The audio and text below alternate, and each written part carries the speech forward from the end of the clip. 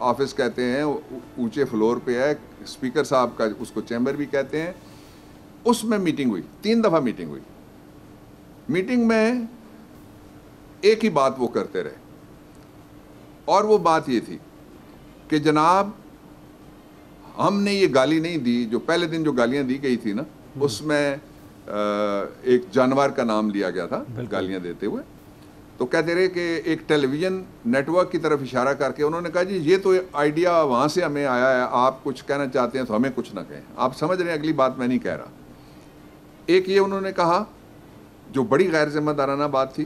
دوسرا انہوں نے کہا جس طرح آج ان کے ایک ایم این اے نے کہا ہے کہ ان کے پنجاب میں جو ان کے خواب و خیال میں, ادروائز تو بلے شاہ نے کبھی گالی دی, وارث شاہ نے کبھی گالی دی, پیر میر علی شاہ صاحب کا کلام آپ دیکھ لیں, آپ کھڑی شریف والے میاں محمد بخش صاحب کا کلام آپ دیکھ لیں, اور آپ کو دوسرے مذاہب کے بھی لوگ جو بڑے بڑے سلطان باہو کا کلام آپ دیکھ لیں, میرے علاقے سے ہیں, جنگ سے ہیں, گائے ہیں. اور یہ ان کا جو پنجاب ہے ان کے دماغ میں پھنسا ہوا ہے. حضرت سلطان باہو آپ کے علاقے سے ہیں, میری اوان برادری میں سے ہیں, اور ہمارے ستاروں میں سے ایک ستارہ ہیں. اچھا یہ ایک پنجاب جس کی یہ بات کر رہے ہیں یہ انہی کا پنجاب ہے, وہ ہمارا پنجاب نہیں ہے. آج کل اس پنجاب کا لیڈر جو ہے وہ ملک سے بھاگا ہوا ہے, مفرور بھی ہے, تایات نائل بھی ہے, سزا یافتہ بھی ہے, واپس آنے کے لیے تیار نہیں ہے. اور میں یہاں قوم کے سامنے یہ بھی رکھنا چاہتا ہوں, آپ کو پتہ ہے کہ دنیا میں سب سے مہنگا شوق جو انگلینڈ کے اندر ہے وہ صرف ایک ہے. مہنگا کیا, اس پہ یعنی اربوں اور کروڑوں لگتے ہیں. وہ شوق یہ ہے کہ کسی نے اپنا پونی پالا ہوا ہو اور وہ گھوڑ دوڑ میں وہاں پہ شریک کرے اس کو. ان کا جو گرینڈ سن ہے نواز شریف صاحب کا, وہ اپنے گرینڈ سن کے پونی کی دوڑ دیکھنے کے لیے, جس کو اس پہ پتہ نہیں کیا کیا لگتا ہے, مجھے ان کے نام نہیں آتے, جو کھیلتے ہیں وہاں بیٹھ کے گھڑ دوڑ میں کیا کیا لگتا ہے, آپ کو بھی نام نہیں آتا ہوگا, تو ان کو تو پتہ ہے نا, اس لیے کہ وہاں وہ دیکھنے کے لیے گئے, یہ وہ اپنا علاج کرا رہے ہیں. اب واپس آئیے جو گفتگو ہوئی, اس کا دوسرا حصہ میں نے آپ کو بتا دیا. تیسرا حصہ اور آخری حصہ یہ تھا کہ وہ کہتے تھے کہ شہباز شریف صاحب, یعنی وہ گفتگو ساری کی ساری ایسی کرتے تھے جن سے نتیجہ نکلتا تھا شہباز شریف کو تقریر نہیں کرنی چاہیے. میں گفتگو نہیں شیئر کر سکتا, پرائیویٹ گفتگو ہے. آج بھی گفتگو کرتے ہیں, ابھی اس گفتگو کی گفت بھی نہیں ہوتی اور رفت بھی نہیں ہوتی, اور وہ گفتگو ختم بھی نہیں ہوتی, نیچے آگے اس گفتگو کو توڑ دیتے ہیں. جو ہی وہ جو پارلیمنٹ ہاؤس کا اندر والا حصہ ہے جو نیچے, اس کو کہتے ہیں ویل, آگے والا, اس کو ویل میں پہنچتے ہیں, جب تو کنویں میں پہنچتے ہیں تو پتہ لگتا ہے کہ آ رہی ہے چائے یوسف سے صدا, اور وہ صدا یہ ہوتی ہے کہ گالی ہے. وہ اتنے یعنی جس طرح سے وہ گالیاں دیتے ہیں بے رحمی کے ساتھ اور بے شرمی کے ساتھ, میں کیا کہہ سکتا ہوں کسی کے بارے میں. میں گالیوں والوں کو ہی کہہ سکتا ہوں کہ وہ خدا کا خوف کریں کہ وہ کیا میسج, اپنے گھر والے بھی ان کے دیکھتے ہیں, ہمارے گھر والے آپ کے گھر والے بھی دیکھتے ہیں. اچھا تیسری اور آخری بات میں اس پہ بڑی دلچسپ ہے, وہ میں آپ کو بتانا چاہتا ہوں. وہ یہ ہے کہ انہوں نے 2 ٹیمیں بنائی ہوئی ہیں. ایک ٹیم نواز شریف اور دوسری ٹیم جو ہے وہ شہباز شریف. شہباز شریف جب بھی رابطے ہوتے ہیں تو وہ کہتے ہیں کہ ٹھیک ہے یہ کر کے, تو پھر ٹھیک ہے ہم آئندہ پرائم منسٹر کی تقریر میں بھی نہیں بولیں گے. لیکن دونوں کا مدعا صرف ایک ہوتا ہے کہ ہماری بات سنو. یہ ایسی پارلیمنٹ ہے جس میں اپوزیشن بات نہیں کرتی, گالی دیتی ہے. اپوزیشن گالی نہیں دیتی, مارتی ہے. لوگ دیکھو نا, اتنی حیثیت جس کی بنتی ہے کہ وہ نیچے سے اٹھا ہوا آدمی جائے, کوئی باہر سے آیا ہوا آدمی جائے, کوئی پروفیشنل جائے, تو وہ گالی لینے کے لیے یا بوتل سر میں کھانے کے لیے یا آنکھ میں چوٹ لگوانے کے لیے یا گاڑی کو ٹکر مروانے کے لیے وہاں پہ جاتا ہے. کچھ خدا کا خوف کرنا چاہیے ان کو. تو ان کے اندر کی جو گروپنگ ہے اس کا مظاہرہ نیچے آ کے ہوتا ہے. ٹھیک ہو گیا. نام اس کو اور دیتے ہیں کہ اپوزیشن ہے, اپوزیشن نہیں ہے, یہ اندرونی اپوزیشن ہے, شریف خاندان کے انٹرنل اپوزیشن ہے, اور نون لیگ کی جو اندر جو گروہ ہیں 3, ان کی آپس میں اپوزیشن ہے. اسی لیے پیپلز پارٹی علیحدہ بیٹھی رہی, اسی لیے مولانا فضل الرحمان علیحدہ بیٹھے رہے, اسی لیے جو کچھ اور آزاد اور باقی پارٹیاں ہیں جو علاقائی وہ بھی علیحدہ بیٹھی رہی, وہ اس میں شامل نہیں ہوئی ان کی اندرونی لڑائی میں. ٹھیک ہے ڈاکٹر صاحب, طلال چودھری نے ابھی یہ بات کہی ہے کہ اب کتاب جو ہے وہ وزیر اعظم صاحب کو بھی لگ سکتی ہے, اور ماضی میں ہم نے دیکھا کہ اتنی گندی زبان استعمال کی گئی, آپس میں لڑائیاں بھی ہوئیں پارلیمنٹ کے سامنے بھی, اپوزیشن نے بہت زیادہ آزادانہ طور پر اداروں کو بھی ملائن کیا, لیکن قانون حرکت میں نہیں آیا. ہم نے بیان تو سنے تحریک انصاف سے اور ہمیں میڈیا میں بھی چیزیں نظر آئیں، جرنلسٹوں نے یہ بات کی، لیکن گورنمنٹ نے جو ایکشن لینا تھا وہ ایکشن نہیں لیا۔ یہ اب جو کچھ ہم پارلیمنٹ میں انفولڈ ہو رہا ہے، یا ابھی جس طرح کھلے عام دھمکیاں دی جا رہی ہیں کہ ایسا کر دیا جائے گا، یہاں تک کہ یہ گالیاں جو ہیں یہ پنجاب کا کلچر ہیں، اس کی یہ وجہ، یہ کمزوری آپ نہیں سمجھتے حکومت کی طرف سے دکھائی گئی، اور جس نے دل بڑھا دیا اپوزیشن کا، اور اب وہ جیسے کہتے ہیں نا کہ پورے اس طرح ہتھ چھٹ بن گئے ہیں کہ اب وہ جس کو بھی جیب میں آتا ہے پکڑ لیتے ہیں اور اس کی دھنائی کر دیتے ہیں اور جو چاہے بات کر دیتے ہیں۔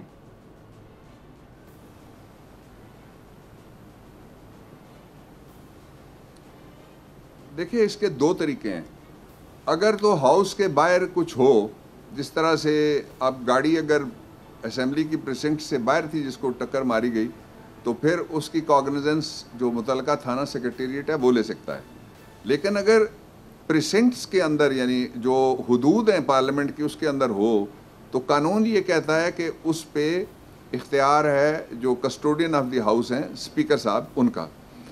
اس قدر بیلنس اسپیکر، اس قدر جرگہ کی طرح معاملات کو چلانے والا اسپیکر، اس قدر تجربہ کار اسپیکر جو 5 سال کے پی جیسی جگہ پہ بڑی ڈیفیکلٹ اپوزیشن، بڑے کلوز تھے لوگ، گورنمنٹ کے پاس کم لوگ تھے، اپوزیشن میں لوگ زیادہ تھے، اس کے باوجود بھی وہاں سے آ کے جو یہاں انہوں نے کارکردگی دکھائی، اس ایسے اپوزیشن یہ تھا کہ اس طرح کے جو اسپیکر صاحب ہیں ان کی قدر کرتے۔ میں آپ کو صرف میں باقیوں کی بات نہیں کرتا، چھوٹا بڑا کی میں تقسیم میں بھی نہیں جاتا۔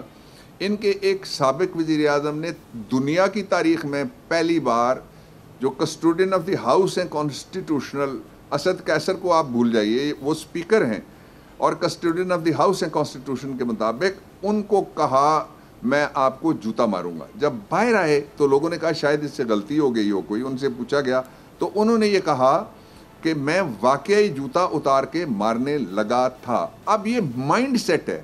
اگر ایک پارٹی کا سابق منتخب وزیر اعظم اس حد تک جا سکتا ہے تو کسی نے اگر بوتل چلا دی تو ان کے لیے تو مسئلہ ہی کوئی نہیں ہے، اور کسی نے اگر کوئی ہذیان یا گالی بک دی تو یہ بھی کوئی مسئلہ ہے، یہ تو اس سے بھی چھوٹا مسئلہ ہے۔ کسی نے اگر آنکھ پھوڑنے کے لیے کچھ مار دیا، یہ بھی ان کے نزدیک کوئی مسئلہ نہیں ہے۔ کسی نے گاڑی مار کے اور ایک خاتون جو ایم این اے ہے اس کو نقصان پہنچانے کی کوئی مسئلہ ہی نہیں ہے جی، یہ تو ان کے لیے کوئی، ان کا تو جو طریقہ کار ہے اور ان کی جو سمجھ ہے۔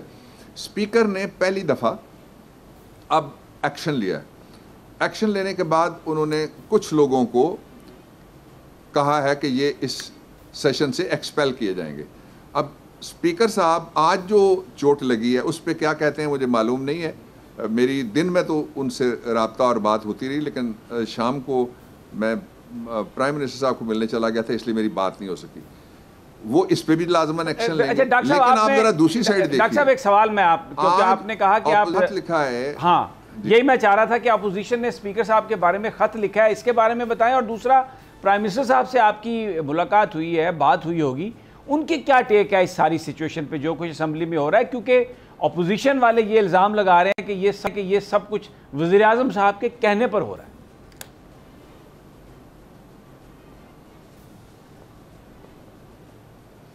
دیکھیے سمیع صاحب، وزیر اعظم تو اس بات پہ رنجیدہ ہیں شروع سے ہی، اس لیے کہ انہوں نے پارلیمنٹ نہیں چلنے دینے کی ہمیشہ بات کی کہ ہم پارلیمنٹ نہیں چلنے دیتے۔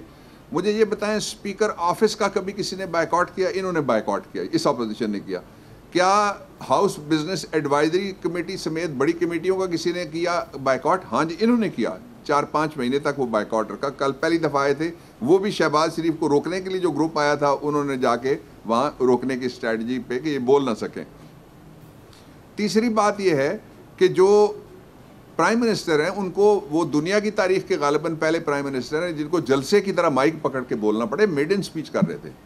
ابھی پرائم منسٹر نے ان کا لفظ بھی نہیں کہا تھا، ابھی پرائم منسٹر نے کسی کا نام ہی نہیں لیا تھا، اور جو ان کی تقریر تیار ہوئی تھی، جو لوگ بیٹھے ہوئے تھے، I was part of that، اس میں اپوزیشن کے لیے گفتگو تھی، اس میں ان کا یہ اعلان بھی شامل تھا کہ جو دارالعوام کی طرح برطانیہ کے، میں ایک کوسچن آور وہ اٹینڈ کروں گا اور میں سوالوں کے لوگوں کے اپوزیشن کے میں جوابات دینا چاہتا ہوں۔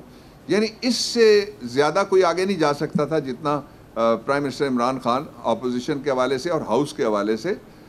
جو رکھتے تھے اپنا پورے کا پورا ایک پروگرام، لیکن کسی نے بات ہی نہیں کرنے دی۔ اس کے بعد کوئی ایک تقریر آپ دیکھ لیں جس میں پرائم منسٹر کو بولنے دیا گیا ہو، اور یہ دنیا کے پہلے پرائم منسٹر ہیں جنہوں نے اس ہنگامہ آرائی کے باوجود بھی اپنا ایجنڈا تو بیان کیا، لیکن کسی کے خلاف کوئی کارروائی نہیں کی کہ کس نے کیا کیا اور کس نے نہیں کیا۔ اصل بات جو ہے وہ یہ ہے کہ یہ اس وقت یہ سوال نہیں ہے ہمارے سامنے اور قوم کے سامنے کہ بجٹ کیا تھا۔ بجٹ چونکہ اچھا آ گیا اس پہ بولا نہیں جا سکتا، بجٹ ٹھیک آ گیا اس پہ اعتراض نہیں کیا جا سکتا، بجٹ پازیٹیو آ گیا، سارے ملک کے سارے ادارے جو بجٹ سے متاثر ہوتے ہیں اور سارے طبقے انڈسٹریلسٹ سمیت اور کسان سمیت اور زمیندار سمیت وہ سارے کے سارے اس بجٹ سے مطمئن ہیں۔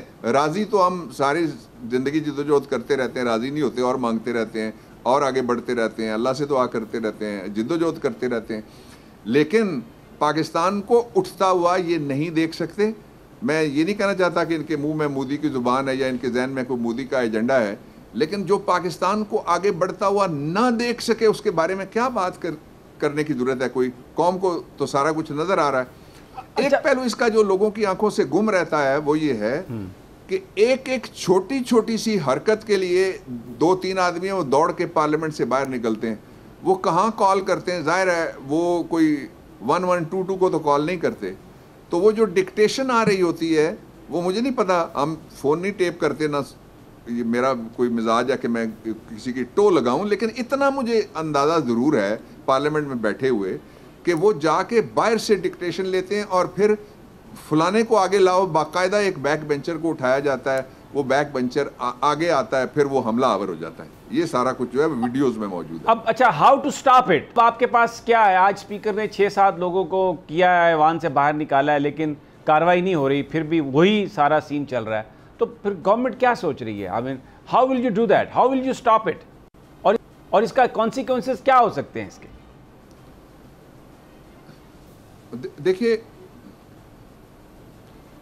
کانسیکوینسز تو یہ ہوں گے کہ انشاءاللہ بجٹ پاس ہو جائے گا، اپوزیشن کو شکست ہوگی اور ان کے ارادے ناکام ہو جائیں گے، اور ساتھ ہی مریم صاحبہ اپنے چچا کی تقریر رکوانے میں بھی شاید کامیاب، آج تیسرا دن تو ہو گیا، یہ بھی تاریخ ہے کہ اللہ تعالیٰ سے جو انہوں نے بنوائی ہے۔ جو اس کو روکنے کا ایک ہی طریقہ ہے، اس کو روکنے کا طریقہ یہ ہے کہ سب سے پہلے شہباز شریف آج اپنے اس ایم این اے کو چارج کریں، اس کی مذمت کریں جس نے ایک دوسرے شریف آدمی کی آنکھ کو بوتل سے زخمی کیا ہے۔ اب بوتل پہ بحث میں نہیں کرتا، ٹھیک، اور پہلا کام یہ کریں۔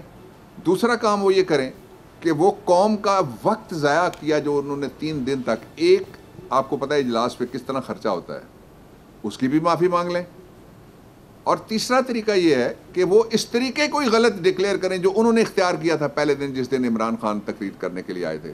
یہ فلور پہ صبح کر دیں، ماحول ٹھیک ہونا شروع ہو جائے گا۔ جو پیونیٹیو میئرز جو آپ کہتے ہیں انضباطی کارروائی یا قانونی کارروائی کی جا سکتی ہے، اس کے لیے اس اسپیکر صاحب نے، میں مشورے میں شامل تھا، ایک بنائی تھی ایتھکس کمیٹی۔ ایتھکس کمیٹی وہ بیٹھے اور طے کرے کہ کیا نہیں کرنا پارلیمنٹ کے اندر۔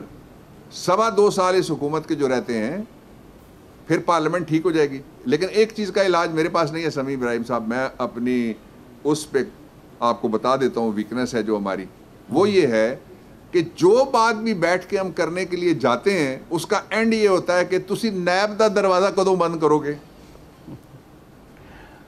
آپ بل کوئی لا رہے ہیں نیب کا قانون ختم کرنے کے لیے یا نہیں لا رہے، جس کا مطلب ہوتا ہے سیدھا سیدھا این آر او۔ اس کا کوئی علاج ہے میرے پاس؟ اس کا علاج اس گورنمنٹ کے پاس ہے ہی کوئی نہیں، سوائے اس کے کہ قانون کی بالادستی ہو۔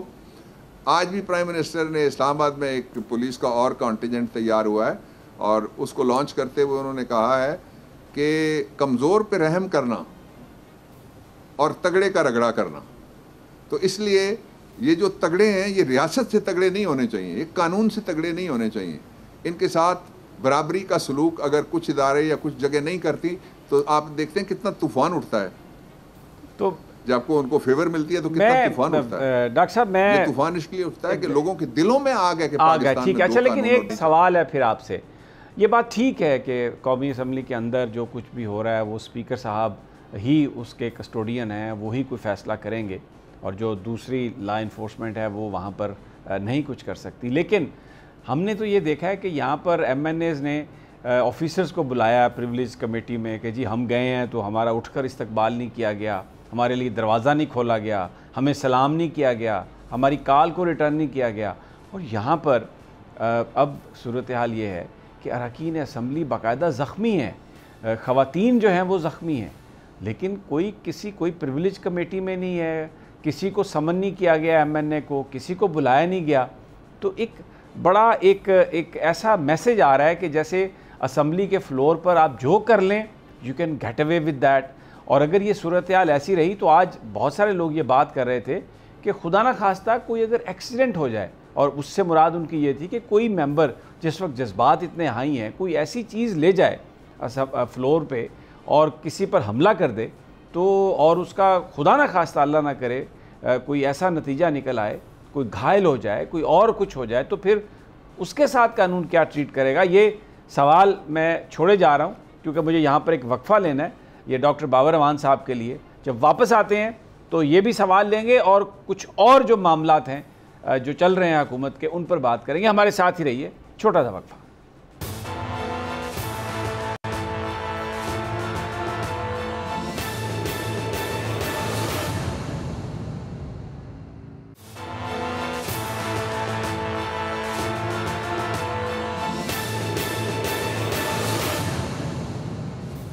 Welcome back. ڈاکٹر بابر امان ہمارے ساتھ ہیں، اور اسمبلی کے فلور پر جو کچھ ہو رہا ہے، میں نے بریک پر جانے سے پہلے سوال کیا تھا کہ اگر کچھ اور زیادہ ہو گیا، کہیں کوئی بڑا حملہ ہو گیا، کوئی بڑا ایکسیڈنٹ ہو گیا، اس کی روک تھام کے لیے صرف 6-7 لوگوں کو باہر نکال دینا کہ اسمبلی میں انہیں نہیں آنے دیا جائے گا سیشن میں، یہ لوگ سمجھتے ہیں کہ یہ سزا کافی نہیں ہے. ڈاکٹر بابر امان صاحب.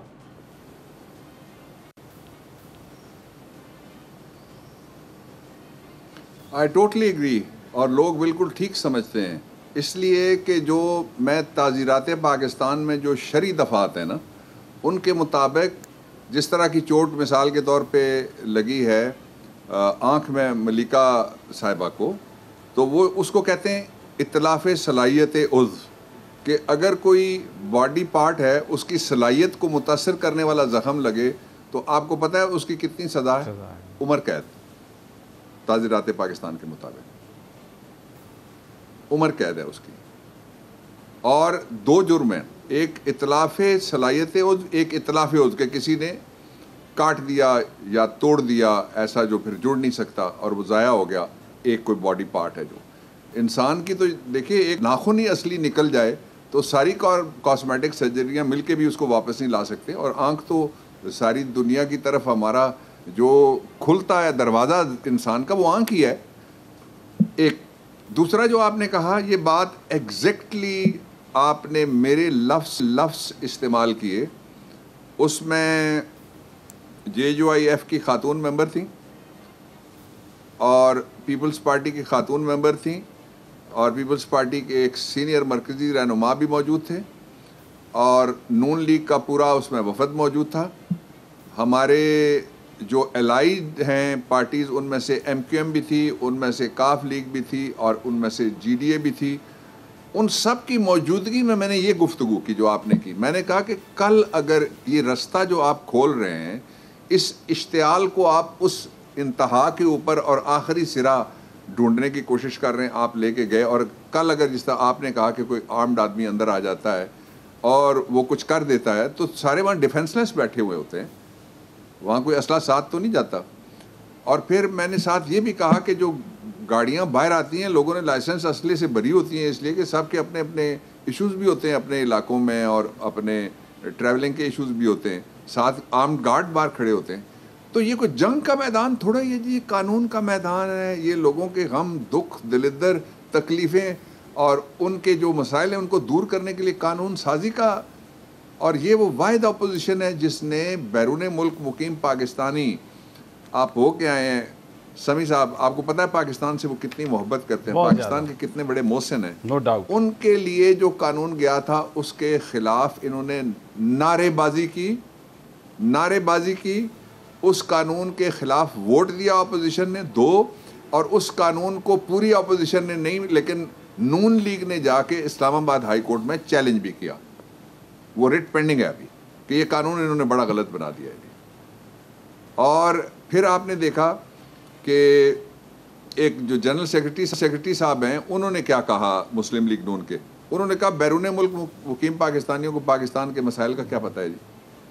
اور جو باہر بیٹھا ہوا شخص بار بار وہ اس طرح لگتا تھا شاید نواز شریف صاحب سے بڑے تنگ آ گئے. باہر بیٹھا ہوا شخص جو ہے اس کو کیا پتہ ہے کہ سیالکوٹ کا کیا مسئلہ ہے, اس کو کیا پتہ ہے کہ نلتر کا کیا مسئلہ ہے. انہوں نے مثال دی پوری. تو یہ جو ساری ایکسرسائز کی جا رہی ہے وہ 2 طرح سے اس کو دیکھنا چاہیے. ایک تو یہ کہ بجٹ پہ کہنے کے لیے کچھ نہیں ہے, دوسرا کسی طریقے سے بجٹ کیا روکا جا سکتا ہے, اس پہ سارا کام ہو رہا ہے. جو میٹنگز ہوتی ہیں, ہم بھی سیار میں رہتے ہیں, ہمیں بھی پتہ لگ جاتا ہے. اور میٹنگز میں ڈسکشن کرنا کہ دیکھیے ہم نے پہلے ہی ایک چونکہ ایک موشن آف نو کانفیڈنس آئی ہوئی ہے, تو میں یہی آپ سے میرا اگلا سوال آپ سے یہی ہے کہ جو اس وقت ایوان میں ماحول ہے, غالباً جمعے کو آخری دن ہے اس موشن کا جو میں یہی آپ سے جاننا چاہ رہا تھا کہ جو ماحول ہے, اتنا گرم ماحول ہے, اس قدر آپس میں وہ جذبات جو ہیں آئی ہیں, اور قاسم سوری صاحب کے علاوہ جو خلاف جو موشن ہے, اب فرائیڈے اس کا آخری دن ہے, تو یہ تو پھر اور گرما گرمی ہوگی, اور بھی زیادہ اس میں شدت آئے گی.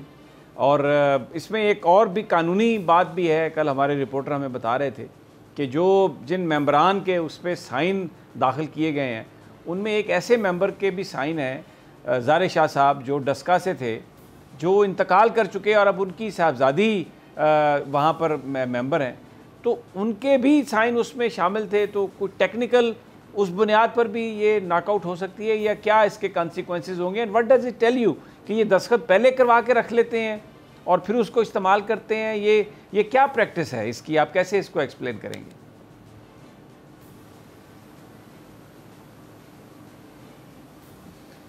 دیکھیں میں اس میں تو نہیں جاتا کہ ٹیکنیکلٹیز کیا ہیں, اس لیے کہ یہ میری طرف سے مفت مشورہ ہو جائے گا اپوزیشن کو, اور وہ ریکٹیفائی کریں گے جو کچھ بھی ہے اگر کوئی کسی جگہ غلط ہے, تو اس لیے میں وہ روک لیتا ہوں. باقی میں آپ کو بتا دیتا ہوں کہ جو یہ آئی ہے موشن, یہ اس بات پہ آئی کہ اس دن یہ کیچ پوائنٹ ہے, کیچ فریز ہے, کہ اس دن قاسم سوری صاحب نے جو قانون سازی کرائی اس میں اپوزیشن کو نہیں بولنے دیا. وہ میں اس پہ 3 باتیں کہہ کے میں پھر سوال پہ واپس آ جاتا ہوں. پہلی بات, کراچی پورٹ ٹرسٹ جیسے قوانین جو تھے وہ 2019 سے پینڈنگ پڑے ہوئے تھے کمیٹیوں میں, اور پھر وہ نہیں آنے دیے جا رہے تھے. الیکشن ریفارمز ایکٹ پچھلے سال اکتوبر سے پڑا ہوا تھا, وہ ہم لے کے آ گئے, اور اس دن سارے وہاں موجود تھے. کوئی کہتا نہ جی کہ میرے یہ ان پہ اعتراضات ہیں, کسی نے کسی لیجسلیشن کی کسی پیس کے اوپر اعتراض نہیں کیا. وہ جو کہہ رہے تھے وہ یہ تھے کہ قانون سازی مت کرو, ہم قانون سازی نہیں ہونے دیں گے, اس لیے کہ وہ ملک کو دیکھتے نہیں, چلتا ہوا دیکھ نہیں سکتے. ایک اب دوسری طرف آپ واپس آئیے کہ کیا ہے, وہ یہ ہے کہ ایک واقعے کے نتیجے میں واقعہ لکھ کے انہوں نے کہا اس وجہ سے ہم قاسم سوری صاحب کے خلاف یہ motion for the no confidence جو ہے وہ موو کر رہے ہیں. وہ واقعہ کب ہوا؟ وہ واقعہ کچھ دن پہلے ہوا, جس دن قوانین سارے پاس ہوئے تھے. تو اس دن کے سائن ہی ہو سکتے ہیں نا, جو واقعہ ہوا ہی نہیں ابھی, اس کے لیے 2 مہینے پہلے والے سائن تو نہیں کام آ سکتے, 6 مہینے پہلے والے سائن تو نہیں کام آ سکتے. اس میں کیچ کچھ ہے, وہ میں اگر پروسیڈنگز ہوئی تو وہاں شیئر کروں گا. ٹھیک ہو گیا. اچھا ڈاکٹر صاحب, آپ نے اپوزیشن کا کہا کہ وہ لیجسلیشن جب ہو رہی تھی تو ان کو بولنا چاہیے تھا, لیکن ہم نے یہ دیکھا ہے کہ میں تھوڑا سا ذرا ہٹتا ہوں اب اسمبلی کے اندر جو ہنگامہ رہی ہے اس سے. الیکشن کمیشن آف پاکستان نے جو لیجسلیشن ہے اس کے حوالے سے بڑی ریزرویشنز کا انہوں نے اظہار کیا. انہوں نے جو اوورسیز پاکستانیوں کو ووٹ کی بات ہے, جو الیکٹرانک ووٹنگ کی بات ہے, ان کے پوائنٹس ہیں, اور ان کا یہ بڑا اعتراض یہ ہے کہ ہم نے جو اپنی ریکمنڈیشنز لکھ کے دی تھیں ان کو نظر انداز کیا گیا. اور یہ جو ہے بیسیکلی الزام ان کا ایک بڑا یہ ہے کہ بہت سارے جو اختیارات الیکشن کمیشن کے پاس تھے وہ نادرا کو دینے کی کوشش کی جا رہی ہے ووٹر لسٹ کے حوالے سے اور بہت ساری. اور الیکشن کمیشن کا جو کردار ہے, جو ایک انڈیپینڈنٹ ادارہ ہے, اس کو محدود کر کے جو حکومت کے انڈر چلنے والا ادارہ نادرا ہے اس کو زیادہ اختیار دیا گیا ہے. اس کرٹیسزم کا آپ کیا جواب دیں گے کہ جو وہ کہہ رہے ہیں؟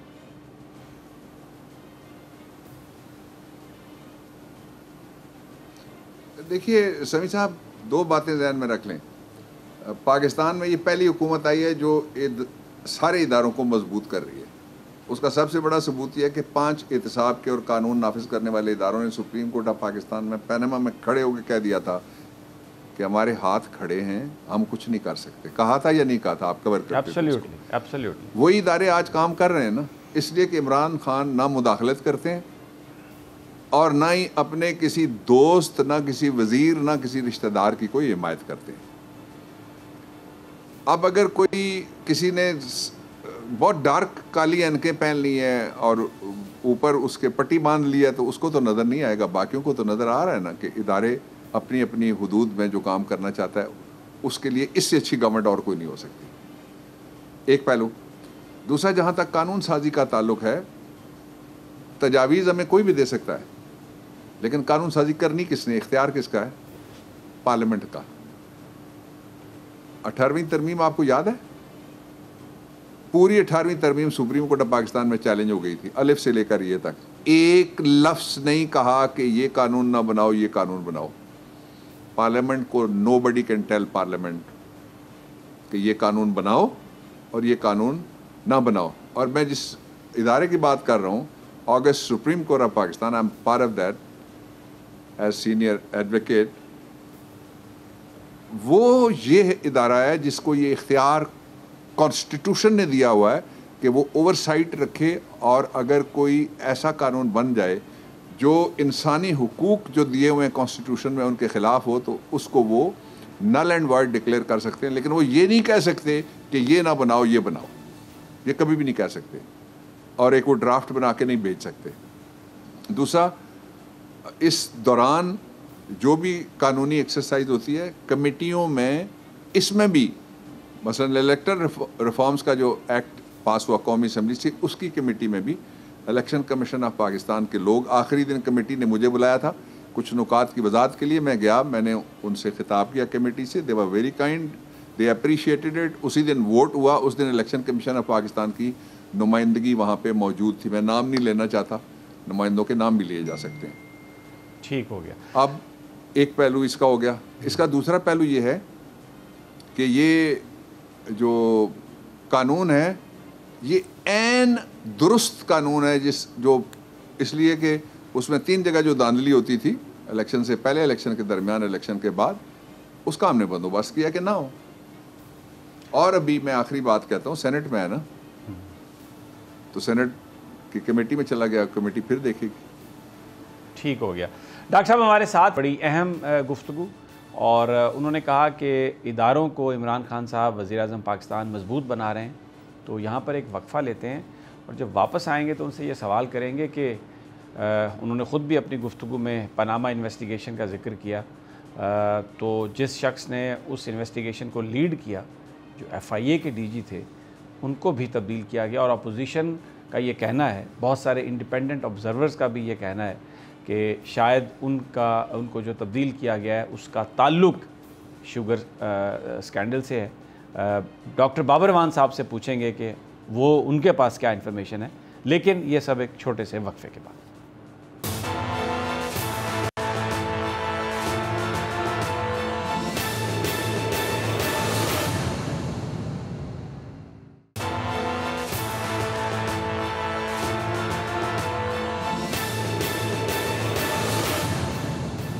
Welcome back. ڈاکٹر بابر امان ہمارے ساتھ موجود ہیں, اور بریک پر جانے سے پہلے اس کا ذکر ہوا کہ وزیر اعظم پاکستان کی یہ کوشش ہے کہ پاکستان کے ادارے مضبوط ہوں, اور اس میں ہم نے یہ دیکھا کہ پاناما جو جوائنٹ انویسٹیگیشن ٹیم تھی اس کے ہیڈ تھے واجد ضیاء صاحب, پرسن آف انٹیگریٹی. ان کو FIA کا DG لگایا گیا تھا, لیکن پھر ان کو تبدیل کر دیا گیا. ڈاکٹر صاحب, اپوزیشن یہ کہہ رہی ہے کہ اس لیے تبدیل کیا گیا کہ وہ شاید کچھ ایسی رپورٹ بنانے جا رہے تھے جو حکام کو, وزیر اعظم صاحب کو پسند نہیں تھی, جہانگیر ترین صاحب کے اسکینڈل میں. یہ ایک الزام ہے. آپ کے پاس کیا اطلاعات ہیں کہ ایسا کیوں ہوا؟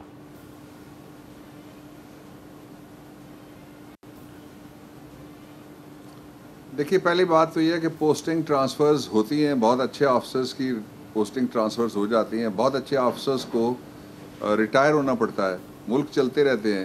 اور کسی نے کہا ہوا ہے نا کہ انیویٹیبلز سے بھری ہوئی ہے جو شہر خموشاں ہیں, تو اس لیے کسی ادارے سے دوسرے ادارے میں جانا, ایک پوسٹ سے دوسرے میں جانا, it's a matter of routine. لیکن میں اور طرح سے بات کرنا چاہتا ہوں. میں تو اس بات پہ مجھے بڑی خوشی ہوئی کہ اپوزیشن جو ہے وہ آج تعریف کر رہی ہے واجد ریاض صاحب کی. تو پہلے وہ تو چاٹیں سارے الزامات جو ان پہ لگاتے رہے ہیں. جب سپریم کورٹ آف پاکستان کے حکم کے بعد آپ کو یاد ہے ایک وہ کرسی پہ اور میز پہ بٹھا کے آگے پانی کا گلاس رکھ کے اور ساتھ ایک ایسی پینسل رکھ کے جو انویسٹیگیشن ہوئی تھی اس کو انہوں نے کس طرح سے اچھالا تھا. تو اس لیے ایک پہلو اس کا یہ ہے. اس کا دوسرا پہلو یہ ہے کہ پرائم منسٹر پہلے کہہ رہے تھے کہ دیکھیں جی جو علی نے رپورٹ دی ہے وہ رپورٹ انہوں نے, ان کا اس معاملے کے ساتھ آپ مزاج بھی جانتے ہیں, آپ ملے ہوئے ہیں ان کی جدوجہد کے زمانے سے, ان کو انٹرویو کرتے ہیں کہ وہ اس طرح کے کاموں میں نہیں پڑتے. ان کو اصل میں اپنی یاد آتی رہتی ہے نا کہ کس طرح سے انہوں نے Dawn leaks prime minister house میں بیٹھ کے کیے تھے, کس طریقے سے انہوں نے, اب فوت ہو گئے سینیٹر صاحب, میں نام نہیں لینا چاہتا, ان کو پہلے کیا کہلوایا اور پھر کس طرح سے ان کو ہٹایا اور ان کو سائڈ لائن کیا. تو اس لیے یہ ان کی سازشی تھیریاں ہیں, جس کا مطلب یہ ہوتا ہے کہ ان کے کہنے کے مطابق حکومت کو چاہیے کہ صبح اٹھ کے جو صوبے کا چیف سیکرٹری ہے وہ اپوزیشن لیڈر کے دروازے پہ کھڑا ہو جائے, کہے جی کہ آج بتائیں آپ مہربانی کر کے ہماری رہنمائی فرمائیے, ہم کیا کیا کریں. تو کوئی کام ایسا نہیں ہے جس کام میں پرائم منسٹر مداخلت کریں اور یہ کہہ یہ رہیں کہ شاید کوئی ایسی رپورٹ بن رہی تھی, شاید جو پسند نہ آتی. اور آئی تھنک کافی زیادہ کہہ گئے ہیں. اچھا, جو تحریک انصاف کے اندر ایک گروپ ہے جہانگیر ترین صاحب کا, آج اپوزیشن کا جو اجلاس تھا اس میں انہوں نے یہ فیصلہ کیا کہ ان سے بھی ہم مذاکرات کرتے ہیں. کچھ اراکین جن سے ہماری بات ہوئی ان کا یہ کہنا تھا کہ بجٹ سیشن کے اندر بھی, یا اگر یہ بجٹ منظور بھی ہو جاتا ہے تو اس کے بعد اس بات کا امکان ہے کہ جو نمبر گیم ہے وہ قومی اسمبلی میں بھی اور صوبائی اسمبلی میں بھی وہ تبدیل ہوگی. کچھ وریز ہیں تحریک انصاف میں اس حوالے سے کہ یہ نمبر گیم تبدیل ہو سکتی ہے, اور آج پھر بلاول گئے بھی ہیں شہباز شریف صاحب کے ساتھ اظہار یکجہتی کرنے کے لیے. تو اگر وہ ایک پوری اپوزیشن ایک سائیڈ پہ اور کچھ ناراض لوگ تحریک انصاف کے, تو ایک پرابلم تو ہو سکتی ہے گورنمنٹ کے لیے نمبر کو اپنے پاس رکھنے کے لیے, جس کی بنیاد پر اس وقت تحریک انصاف پنجاب میں اور مرکز میں حکومت کر رہی. لیٹ می سے سمی صاحب فرام دی بگننگ, پہلی بات یہ گروپ کوئی نہیں ہے. وہ سارے کے سارے جو دوست ہیں جہانگیر صاحب کے, اور جہانگیر صاحب سمیت سب نے کہا ہے کہ ان کے لیڈر عمران خان ہے. اس پہ تو کوئی دوسری گفتگو کرنے کی ضرورت ہی نہیں ہے, نمبر 1. نمبر 2 یہ ہے کہ یہ جو سارا ہے نا, اس میں فکر کی ایک بات صرف نکلتی ہے. وہ فکر شہباز شریف کو ہے کہ پوری کوشش کے بعد شہباز, پرواز, فلائٹ, ٹکٹ, ملک سے فرار, بھائی جان کے پاؤں, وہ سارا ڈرامہ ناکام ہو گیا اور وہ شو بازی نہیں چل سکی. بیسکلی ان کا جو پرابلم ہے وہ اتنا صحیح ہے, اس سے زیادہ کوئی نہیں ہے. آج اگر ان کو کہا جاتا ہے کہ آپ باہر جائیں, یہ اپوزیشن منہ دیکھتی رہ جائے گی, جس طرح انہوں نے پہلے دھوکہ دیا تھا مولانا صاحب کو, ایک اور دھوکہ اب جو ان کے ساتھ کھڑے, اور یہ بڑے جو کھڑے ہیں یہ بھی بڑے سیانے ہیں, یہ بھی بڑے کایاں ہیں, اور ان کو بھی پتہ ہے کہ ہم نے کتنا کھڑا ہونا ہے, اور ان کو پتہ ہے کہ ہم اسمبلی میں کھڑے نہیں ہوئے تو اس کو ذرا سا مٹی اتارنے کے لیے وہ چلے گئے, تو اس سے کوئی فرق نہیں پڑے گا. اور اصل بات یہ ہے کہ نمبر گیمز گورنمنٹ کے پاس ہیں, گورنمنٹ وہی ہوتی ہے جس کے پاس نمبر گیم ہو, اور یہ جتنی بھی ان کی کوششیں اور کاوشیں ہیں. دوسرا جو بلاول گئے ہیں اس کی وجہ دوسری یہ ہے کہ جو مولانا کے ایک مرکزی لیڈر ہیں راشد صاحب, ان کے ابا میرے ساتھ سینیٹر رہے, وہ اب دنیا میں نہیں ہیں, سومرو صاحب, انہوں نے یہ اعلان کیا ہے کہ جو پی ڈی ایم ہے وہ سندھ حکومت کے خلاف جلسے کرنے لگا ہے اور ان کے خلاف ریلی بھی غالباً کوئی کرنے لگا ہے اور ان کے خلاف تحریک چلانے لگا ہے، اس وجہ سے کہ وہاں بیٹھ کے تھوڑا سا ان کو سافن کیا جائے۔ اچھا، یہ انہوں نے ایک سافن کرنے کی کوشش کی ہے۔ میرا سوال آپ کہ جس وقت قومی اسمبلی میں نون لیگ اور پی ٹی آئی کے اراکین آپس میں لڑ جھگڑ رہے تھے تو پیپلز پارٹی جو ہے وہ بڑے خاموشی سے سکون سے ایک سائیڈ پہ بیٹھی رہی، اور پیپلز پارٹی کے ایم این ایز نے آ کے مسلم لیگ نون کا ساتھ نہیں دیا، لیکن عین اسی وقت کراچی میں سندھ اسمبلی کا جو اجلاس تھا اس میں پی ٹی آئی کے اراکین پیپلز پارٹی کے وزیر اعلیٰ کو بولنے نہیں دے رہے تھے۔ تو کچھ لوگوں سے جو میری بات ہوئی، جو اس وقت دیکھ بھی رہے تھے، جو پولیٹیکل جو انالسٹ ہیں، ان کا یہ کہنا تھا کہ اگر اچھی موو تحریک انصاف کرتی تو اس وقت جو وہ مراد علی شاہ صاحب جو کر رہے تھے، پیپلز پارٹی کو زج کرنے کی بجائے تحریک انصاف اگر ذرا آرام سے سکون سے وہاں پر کام لیتی تو اس کا مستقبل کی پالیٹکس میں، جو پارلیمنٹ کے اندر کی پالیٹکس ہے، اس میں تحریک انصاف کو فائدہ ہو سکتا تھا، اور پیپلز پارٹی کے ساتھ ان کا سٹینڈ سافن کرنے کے لیے اور نون لیگ سے ان کو علیحدہ کرنے کے لیے that would have been a good strategy. Do you agree with this?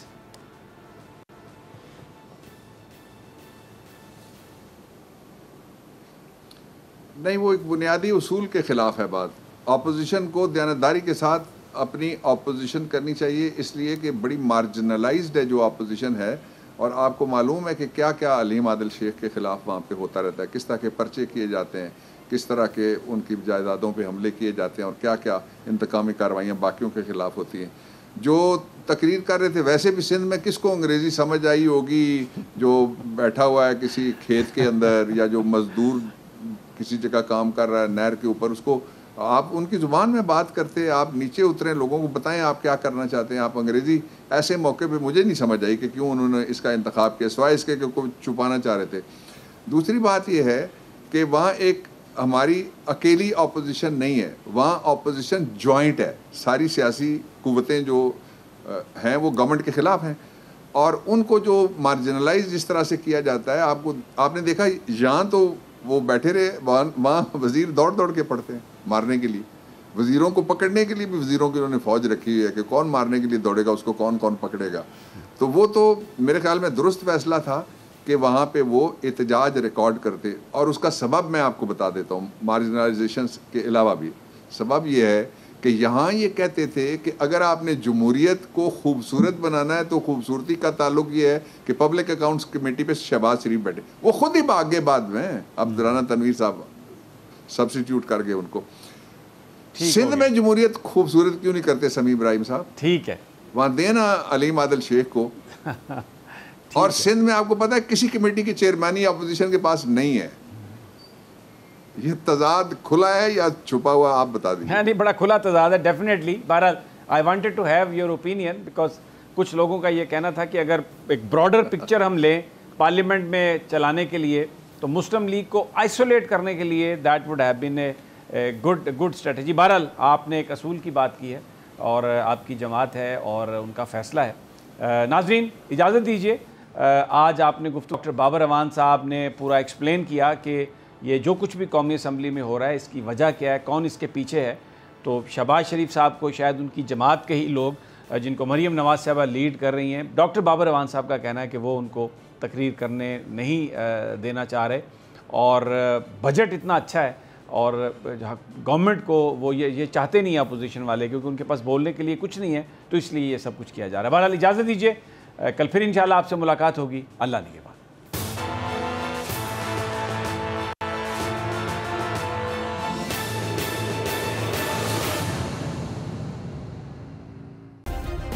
Subscribe کریں اور بیل دبائیں تاکہ کوئی خبر رہ نہ جائے۔